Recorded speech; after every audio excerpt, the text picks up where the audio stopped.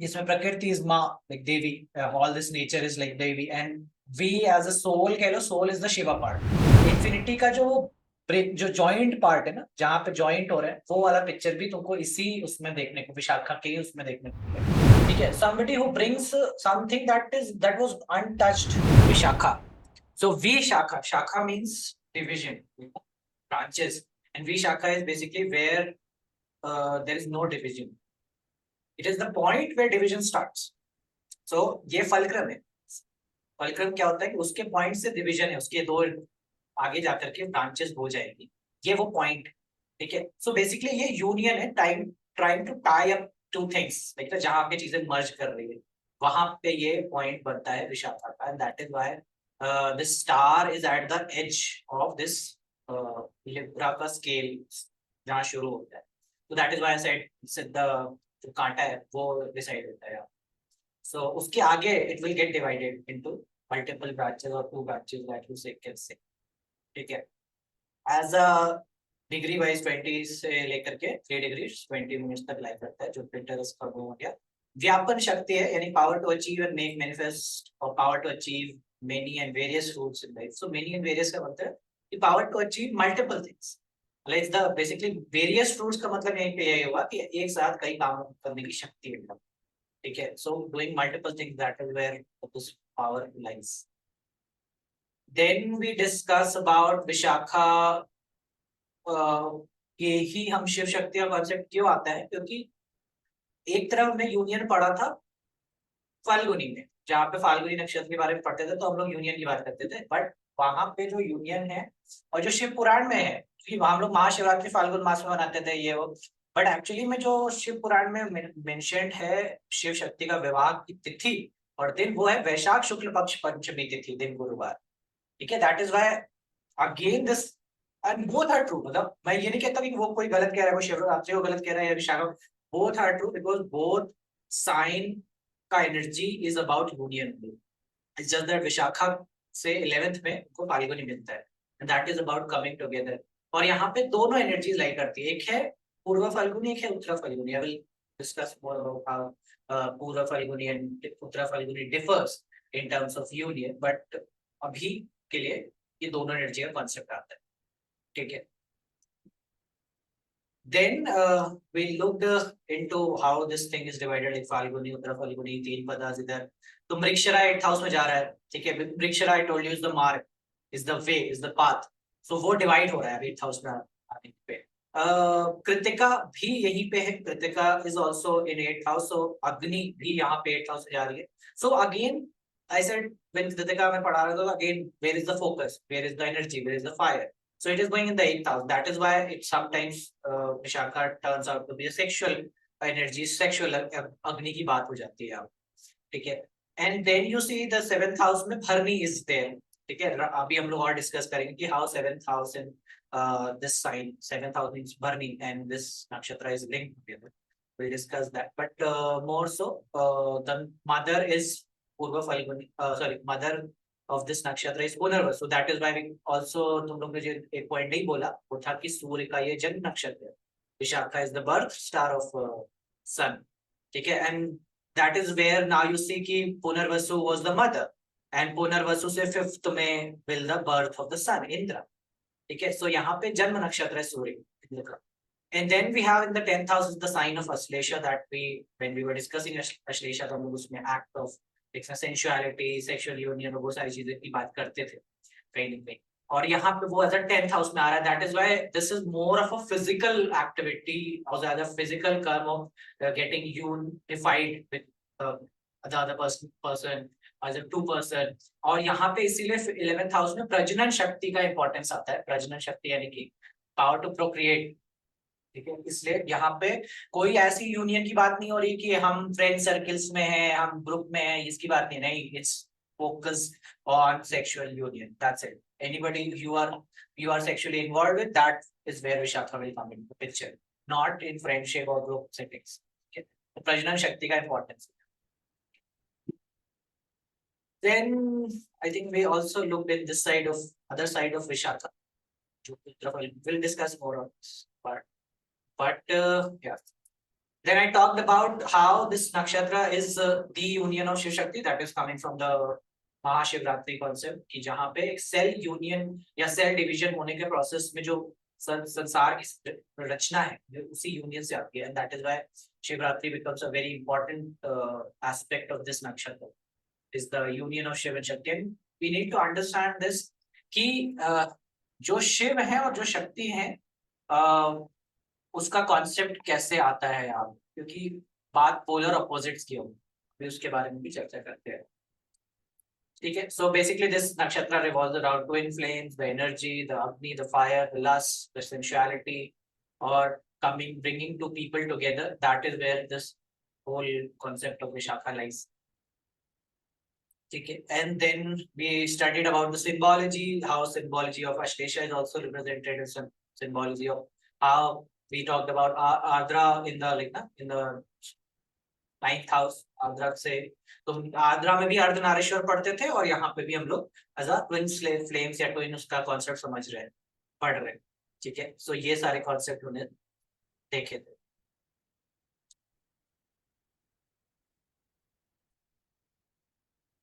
Symbology के रूप में एक और सिंबल इसका जो है वो दिया गया है किसको, ट्रायम्फल आर्क या आर्कवे. ठीक है. इसके बारे में भी हम लोग देखते हैं. तो let's talk from this point कि ये क्या है. सी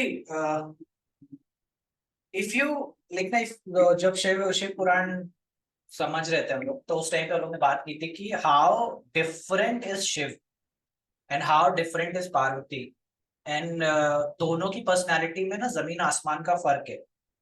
and that is where the picture of this Kashi comes into life, where एक शिव वो हैं जो शिव हैं Kailashpati.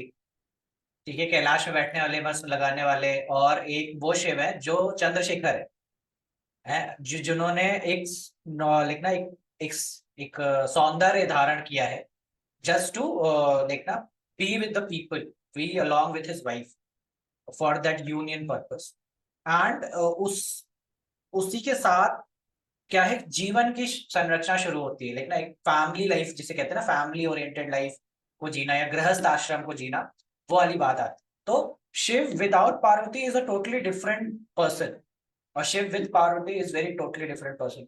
Shiv after getting married is more of a उनकी टीचिंग्स हैं, फिलोसफीज आना शुरू हुई, बहुत सारा ज्ञान आना शुरू हुआ, क्योंकि ही स्टार्टेड पार्वती पूछती रहती थी कि ये कैसे है वो कैसे है. we also are studying Karma Vipasita. It's all because of Mata Parvati. Agar it would have been only because of the Shiv, she would have never given this out. Okay, he would have just stored all this information in the form of energy. Whosoever has the access can know it, but without Parvati, it's not because of common people जो शब्दों की भाषा है ना, उसमें कभी नहीं उतरता. And that is where female energy comes into the picture, and that's how it changes that form of Shiva where he's aggressive.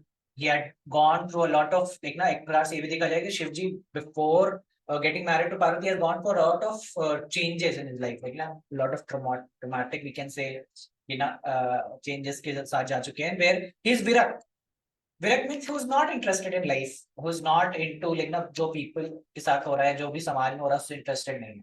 So that is where this polar opposite का union मिल आना is blessing for us actually. It's not ये उनको कोई फर्क पड़ता है, but it's a blessing for us because we get to see this other side of Shiva, and other side of where beauty lies as a both energies coming together.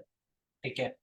और फिर वो dance है, मतलब एक प्रकार से वो डांस है कि जो क्रिएशन का है, जो नॉलेज का है, जो कह लो कि संसार का, सृष्टि का, जिसको कहते हैं ना, ये एक दूसरे कॉन्सेप्ट में इसको एज अ प्रकृति और पुरुष के कॉन्सेप्ट में भी पढ़ा जाता है कि प्रकृति और पुरुष की वजह से भी है, जिसमें प्रकृति इज माँ, like devi, all this nature is like devi, and we as a soul, कह लो soul is the Shiva part.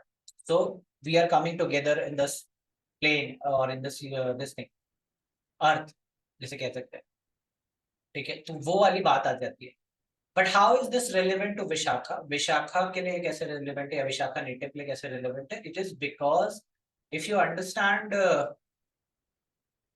कि Vishakha is trying to pull together two world, ठीक है, एक तरफ इंद्र है और एक तरफ अग्नि है, ठीक है। इंद्र और अग्नि का अगर तुम अकेले के लिए देखोगे तो दोनों पोलर ऑपोजिट साइन है, मतलब एक तरफ स्कॉर्पियो में इंद्र आते हैं एंड टॉरस में इज अग्नि, तो दोनों अपोजिट नेचर है, दोनों का एंटी रिलेशनशिप है, 180 degree opposite.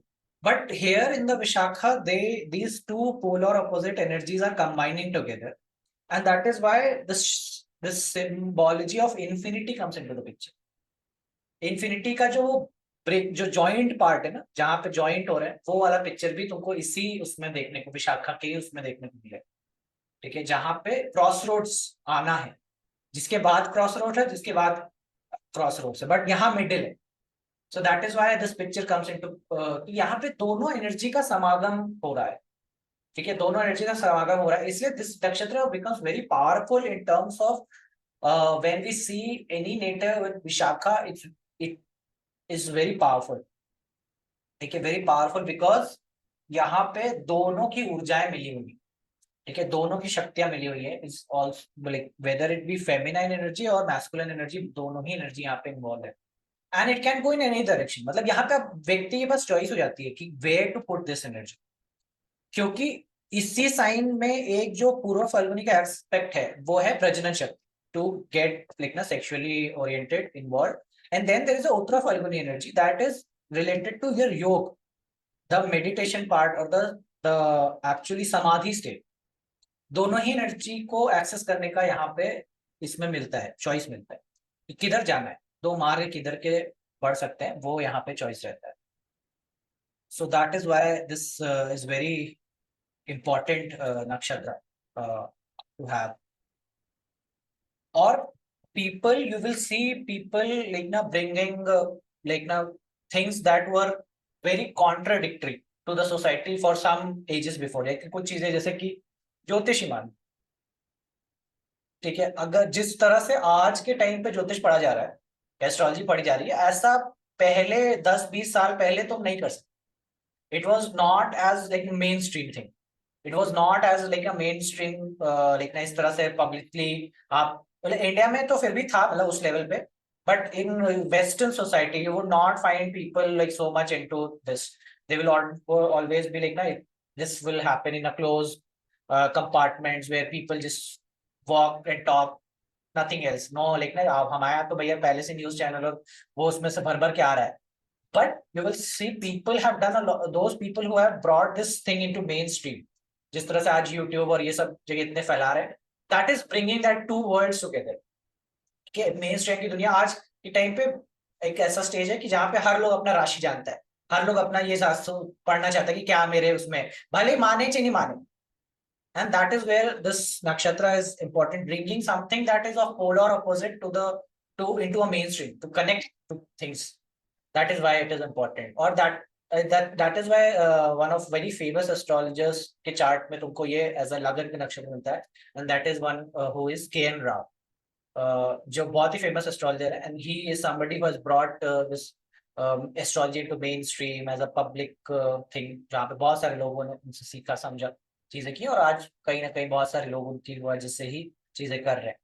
So bringing that thing, so like somebody who I would say like Baba Ramdev के चार्ट में भी मुझे जहां तक है कि 90% विशाखा मिलेगा मिलेगा, क्यों? क्योंकि he is also somebody who has brought the yoga into mainstream, ठीक है, somebody who brings something that was untouched into mainstream, that is where the Vishakha lies, bringing the union with, उस चीज को ऐसा कर देना कि सबके लिए बहुत सहूलियत हो जाए, इजी हो जाए, ठीक है, and that is why this is a nakshatra of Guru, Jupiter, ठीक है, and this is a fundamental aspect of Jupiter is to bring एक यूनियन लाना चीजों को लेकर के, ठीक है, वेदर इट्स साइंस और लाइक ना people fighting for this thing, like ना ट्रांसजेंडर थिंग, लाइक ना पहले के टाइम पे जो ट्रांसजेंडर की इमेज है और है, वो सारी चीजों को बदलने का एक कॉन्सेप्ट कहीं ना कहीं हुआ है पिछले 10 सालों के बीच में, like whether it is giving them rights, whether then it is giving them proper toilet systems or in public respect देना, लेकिन वो वाला काम भी क्या कर रहे हैं आप, एक पोल और अपोजिट थे जिसको सोसाइटी एक्सेप्ट नहीं करती है, you are bringing it together with the society, trying to link them together in such a way that people accept it. So that is where Vishakha lies. Vishakha can bridge the gaps of two things, two nations, two different विचारधारा के बीच में commonality लाना is also there. इसीलिए ये Vishakha is the नक्षत्र of theologist. Theologist मतलब दो दूसरे मैथोलॉजी के बीच में लिंक बनाना, ये मैथोलॉजी में अपना ऐसा है, ये मैथोलॉजी में अपना ऐसा है, सेम सेम चीज है. सो जहां पे भी ऐसे लोग मिले तुमको जो दो चीजों के बीच में है, जो दो चीजों में काम करके उन दोनों को मर्ज करना चाहते हैं, वो वहां पे तुम्हें विशाखा मिलेगा ही मिलेगा. ठीक है, that is how fulcrum works, right. Fulcrum is that epicentre where you are trying to connect two things to do a purposeful job. एक जॉब करने के लिए आप वहां पे हो.